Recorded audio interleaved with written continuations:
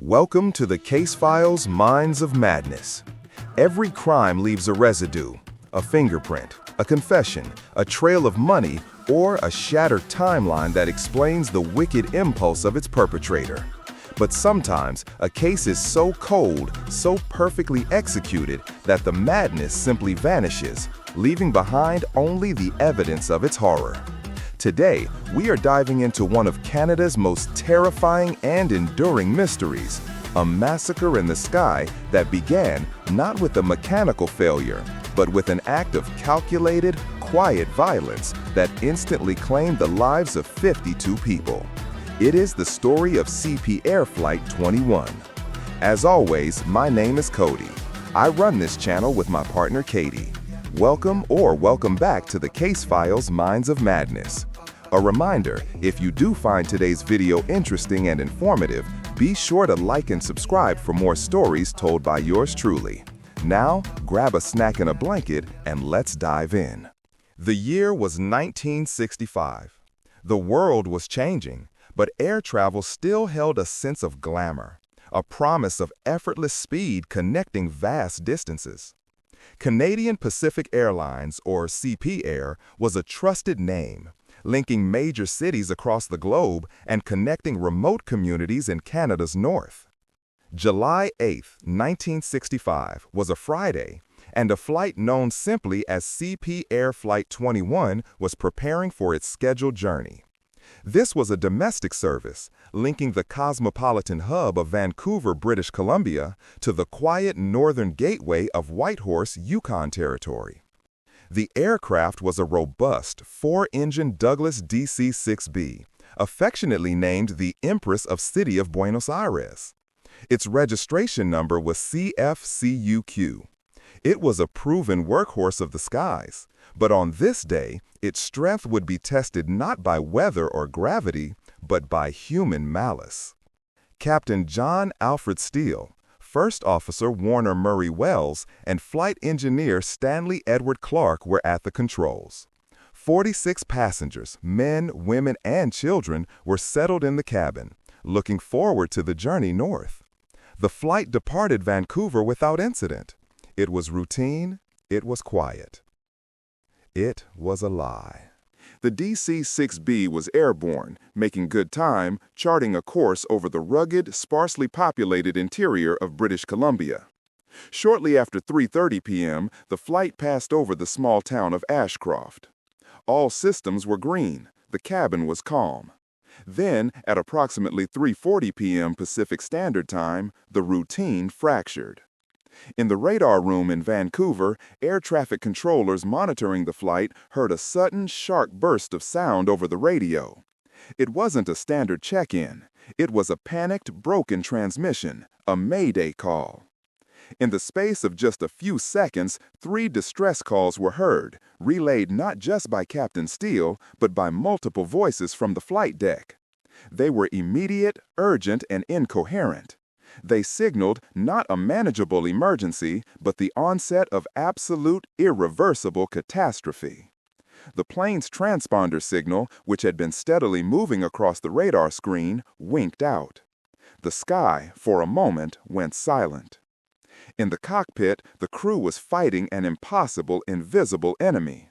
The structural integrity of their aircraft was being violently compromised.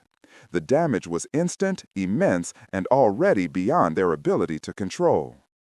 For those on the ground in the vast, wooded wilderness of the Caribou region west of 100 Mile House, the terrifying descent was visible. It was an event witnessed by only a few, but etched forever in their minds. One witness reported looking up and seeing the aircraft high above. What they saw next defied comprehension, a sight so ghastly that it served as the first irrefutable piece of evidence pointing to a crime. The witness saw the tail of the DC-6B separate completely from the main fuselage. It wasn't a gradual break, it was a violent tearing away, leaving the main body spinning, wounded, and fatally unbalanced. But the worst detail was the debris.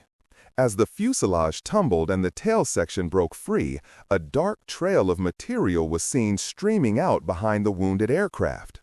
When investigators eventually reached the fragmented crash sites, they would confirm the horror of this observation.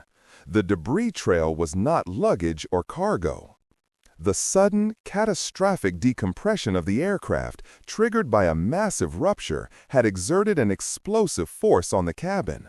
The very air supporting life had turned into a weapon.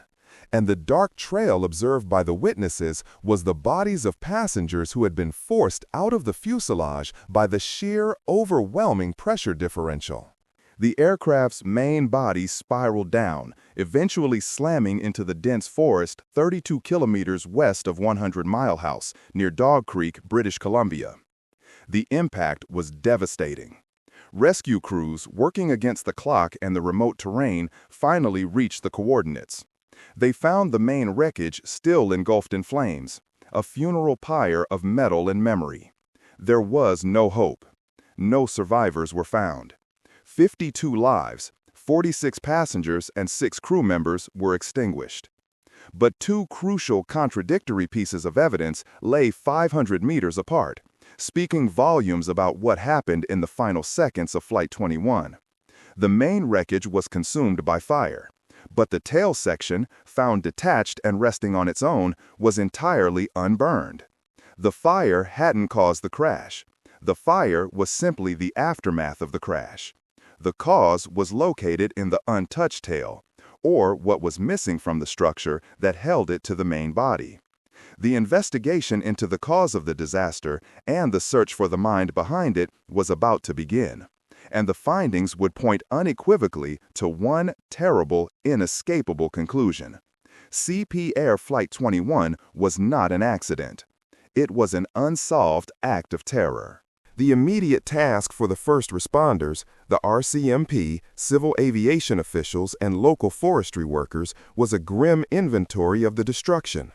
The location was remote and challenging, deep in the British Columbia interior, accessible only by helicopter and rough terrain vehicles. The main impact site was a scene of utter chaos. The fuselage, engines, and wings were crushed and incinerated. The intensity of the post-crash fire was so great that it obscured much of the initial damage, turning the main cabin into slag. The smell of jet fuel and burned metal hung heavy in the air. Yet, a short walk away, the investigators found the empennage. The entire tail section, including the rudder and horizontal stabilizers, relatively intact. It had sheared off the main body and parachuted down in a separate field of debris roughly 500 meters from the impact crater. This was the first clue, screaming for attention. The force that tore the tail from the plane was clearly not part of the final ground impact. The separation occurred mid-air. And critically, this section, the one closest to the origin point of the structural failure, bore no burn marks. As the search widened, the investigators confirmed the most gruesome detail of the eyewitness account. Personal effects, pieces of baggage, and, devastatingly, human remains were found scattered across a wide area, sometimes miles apart, along the flight path leading up to the main crash site. This pattern proved that the fuselage had been violently breached while the plane was still pressurized and at altitude. Something had blown a hole in the aircraft, causing the pressure shell to fail catastrophically and literally sucking victims and debris out into the 10,000-foot-high atmosphere. The scene was not just an accident site. It was a vast, open-air crime scene. The immediate media and public speculation focused, naturally, on common aviation fears: a lightning strike, metal fatigue, or structural failure.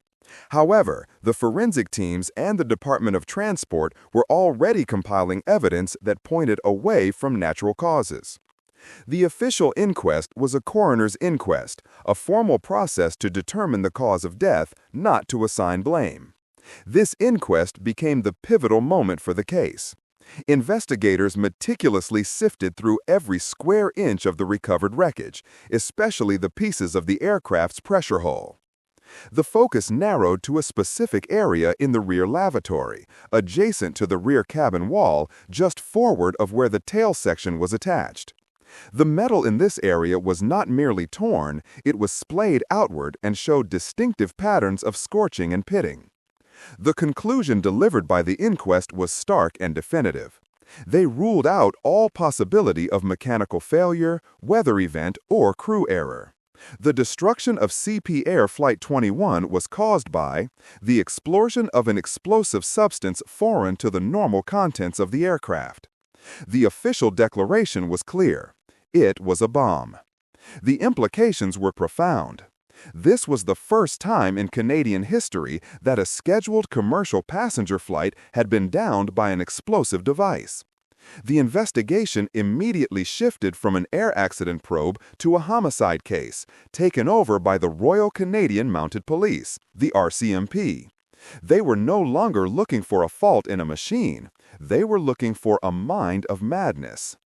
The forensics team now focused entirely on identifying the composition of the explosive residue found at the point of origin. This was the most crucial task, as the nature of the bomb would reveal the profile of the bomber.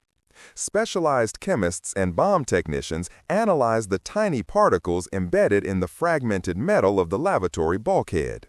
They quickly identified the chemical signature. They did not find the telltale residue of high-velocity military or commercial explosives like dynamite or C4.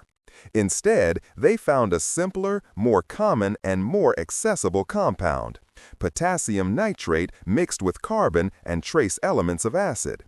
This mixture is the classic signature of a low-velocity explosive, specifically a compound similar to black powder or, in a more modern context for the era, stumping powder used for clearing land or, crucially, readily available commercial blasting powder. The distinction between low velocity and high velocity is everything in this case. High-velocity explosives generate a supersonic shock wave. They would have pulverized the immediate area, leaving crystalline blast patterns. The damage on Flight 21 was different. It was violent, yes, but characterized by a rapid, voluminous expansion of gas that pushed the metal outward rather than shattering it. A low-velocity explosion is essentially a very, very fast fire. It generates massive amounts of gas, and when contained in a small space, like a suitcase or perhaps a box placed in the lavatory, it creates a pressure vessel that simply bursts its container. This evidence strongly suggested two things. The device was crude, possibly homemade, or assembled from materials easily purchased from a hardware or agricultural supplier. This pointed away from professional terrorists or military operatives. The bomber was likely an amateur, but one who understood basic chemistry and how to construct an effective destructive device. The bomb's placement in the small, contained space of the rear lavatory was calculated to maximize the damage to the aircraft's structure, specifically where the tail control surfaces were routed. This was not a random act. It was a knowledgeable attempt at catastrophic structural failure. Now that the source, a low-velocity bomb detonated in the lavatory, was identified, investigators could reconstruct the precise sequence of the disaster, segment by terrifying segment. The blast occurred near the rear passenger lavatory, beneath or next to the wash basin. The explosion's immediate force blew the interior fixtures apart and ruptured the pressurized fuselage shell. The blast shock wave traveled in two critical directions. First, inward. The gas rushed into the hollow space of the tail boom, which housed the control cables and hydraulics for the rudder and elevators. The force was enough to shred these critical lines. The captain's desperate mayday calls were the sound of the flight crew losing all control over the aircraft's pitch and yaw. The plane was instantly uncontrollable. Second, outward. The force punched a gigantic meter-wide hole into the side of the DC-6B's fuselage. This was the structural wound that sealed the fate of all 52 people on board. The moment that meter-wide hole appeared, the aircraft experienced an instantaneous and explosive decompression. The air pressure inside the cabin, perfectly maintained for altitude flying, was violently vented into the thin, cold air outside.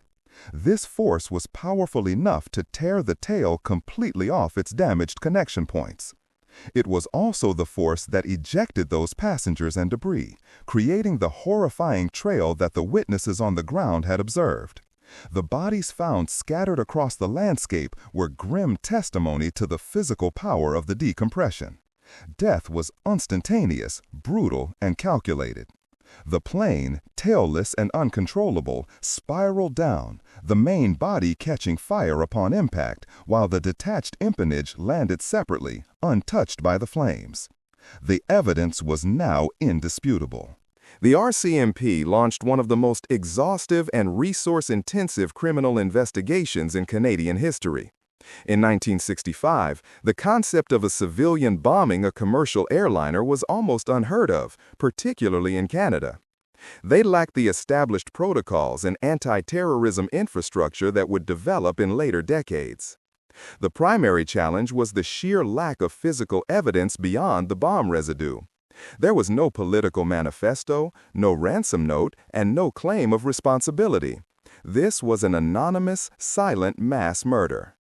The RCMP's investigation focused on three critical avenues: forensics, the nature of the bomb, low-velocity powder, and tracing its possible components; motive, uncovering financial, personal, or professional grievances connected to the flight, the airline, or the specific victims; the passenger manifest, scrutinizing the backgrounds, travel plans, and life insurance policies of the 52 victims. One of them, the investigators knew, had been the killer. The investigation was immediately hampered by the loss of the flight recorder, which in the DC-6B era was less robust and was severely damaged and rendered useless by the crash and fire. Every lead, every piece of wreckage, every financial record had to be manually processed. The scale of the task was immense, tracking down suppliers of potassium nitrate, interviewing thousands of people, and conducting meticulous background checks on everyone who had a connection to the flight. The investigation quickly zeroed in on the passenger manifest. The perpetrator had to be on the flight, and their motive likely involved financial gain, personal vengeance, or an attempt to appear as a victim. The RCMP compiled a short list of suspects, 4 individuals among the 46 passengers whose circumstances or travel plans raised substantial red flags. These were not random selections. They were based on hard data gathered from insurance companies, banks, and employment records. For the purpose of this analysis on the case files, we cannot name the individuals, as no charges were ever laid. Instead, we must look at the profiles the police were pursuing and the chilling logic behind their focus. Suspect Profile 1, the insurance beneficiary. This individual had secured a large last-minute life insurance policy just before boarding. This is the classic motive in many air disasters. The bomber intends for a third party to collect a large sum. The RCMP spent countless hours tracing the origin of the policy, the beneficiary, and the financial history of the individual. Was it a desperate attempt to erase debt and provide for family, masked by a large-scale atrocity? This profile represents a motive driven by pure, tragic greed. Suspect Profile 2, the troubled professional. This individual was facing serious professional and financial difficulties that had recently culminated in a profound public crisis. Their sudden flight north, booked at the last minute, suggested a need for escape or an inability to face the consequences of their actions. The possibility here was a murder-suicide scenario, a final, explosive act of lashing out against a world that had seemingly failed them, with the plane serving as the final stage for their desperation. Suspect Profile 3, the connected traveler. This person had a tenuous but traceable connection to the airline itself, or perhaps had a record of minor criminal history. This profile opened the door to vengeance. Was this the act of a disgruntled former employee, a person who felt slighted by CP Air, or someone who saw the bombing as a calculated act of sabotage against a specific organization? The bomb's sophisticated placement in a critical structural zone suggested a degree of technical knowledge that might align with someone who had worked in or around aircraft maintenance. Suspect Profile 4, the transient. The final profile was perhaps the most unsettling. A person whose immediate past was difficult to trace and whose presence on the flight appeared purely incidental. This profile represented the possibility of a random killer, a person whose motive was not directed at the airline or a specific person, but simply at the act of mass destruction itself. The very randomness of the act would align perfectly with the mind of madness that is so difficult for investigators to rationalize. Ultimately, despite the detailed scrutiny of these 4 profiles, their movements, their bank accounts, their lives, the investigation stalled. The fire had destroyed critical evidence. The low-velocity nature of the bomb meant no sophisticated triggers or timers were easily recoverable. And most devastatingly, the perpetrator was deceased and could not confess or be interviewed. The case remained locked in a stalemate, with suspects but no conclusive evidence. The profound psychological horror of the CP Air Flight 21 bombing lies in the silence of its perpetrator. The vast majority of criminal bombings, especially those targeting symbolic infrastructure like a commercial airliner, are accompanied by a claim of responsibility. This is the essence of terrorism or political action. The violence is a message. But here, there was only silence. This lack of communication forces us, decades later, to look into the vacuum and attempt to profile the silent bomber. What kind of mind of madness commits mass murder without seeking recognition, without leaving a final explanatory note? Motive of greed. If the motive was insurance fraud, the silence is understandable. A claim of responsibility would instantly invalidate the insurance policy. The bomber's goal was to die and appear as an innocent victim of a tragic accident, allowing the beneficiary to collect tax-free. This would require an immense level of cynical calculation and cold-blooded indifference to the lives of 51 other people, including children. The quiet, amateur nature of the low-velocity bomb fits this profile. Keep it simple, keep it deniable. Motive of grievance against the airline or a specific organization, the bomber chose the least satisfying path. They ensured the airline was damaged, but they sacrificed their own voice. This suggests the grievance was personal, overwhelming, and led to a suicidal act, where the final destruction was more important than the final declaration. Motive of malignancy, the random killer. This is the darkest profile. The individual who simply wanted to see destruction, to exert ultimate control, or who saw the mass killing as a perverse final artwork. They wanted the world to see the devastation, but never to know the hand that struck the match. This is the ultimate expression of madness, violence for its own sake, wrapped in eternal anonymity. The bomber of Flight 21 was a ghost. They purchased materials, assembled a device, boarded the plane, and detonated the bomb, fulfilling their final act. The greatest victory for this individual was not the death toll, but the perfect crime, the successful concealment of their motive and identity from history. The immediate aftermath of the CP Air Flight 21 disaster led to permanent changes in global aviation security. Though security measures would not become truly stringent until after the subsequent terrorist attacks of the 1970s and 1980s, this event was a stark awakening. It demonstrated that a civilian aircraft could be brought down by a simple, crudely assembled device carried on board. Security protocols at Canadian Pacific Airlines and other carriers began to change. There was increased scrutiny of baggage, more thorough checks on passengers, and a slow, gradual recognition that aviation safety had to encompass deliberate criminal acts, not just accidents. The human toll, however, was incalculable, especially in the close-knit communities of Western Canada and the Yukon. The victims included families traveling for summer holidays, business professionals, and children.